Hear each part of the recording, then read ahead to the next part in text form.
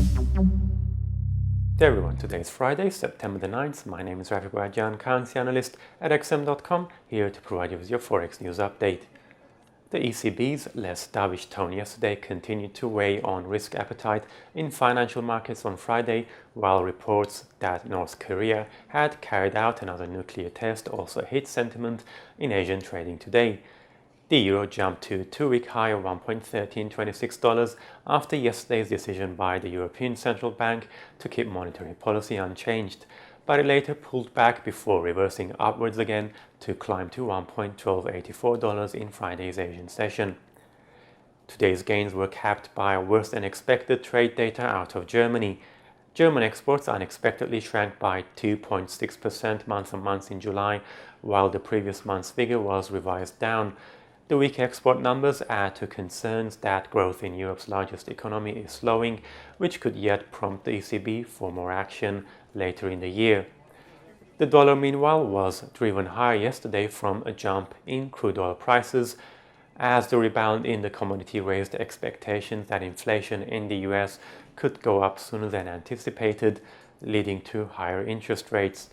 The dollar peaked at 102.59 yen after the release of Thursday's crude oil inventory data, but had eased to around 102.15 yen in late Asian trading today. Crude oil prices held on to most of yesterday's gains on the back of a much bigger than expected drawdown in US crude stocks, according to data from the US Energy Department. WTI oil was trading just above $47 a barrel, while Brent crude was around $49.50 in late Asian session.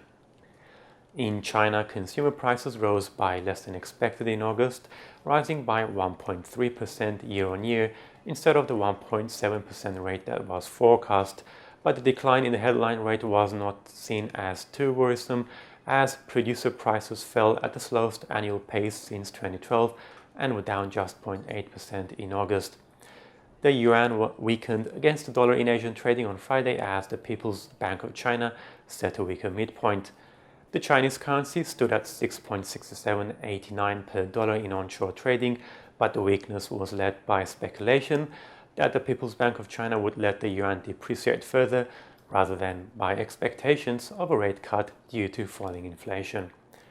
Coming up later in the day, UK construction and trade figures will be eyed in the European session, while Canadian employment data and the latest US oil rig count will come into focus in the US session.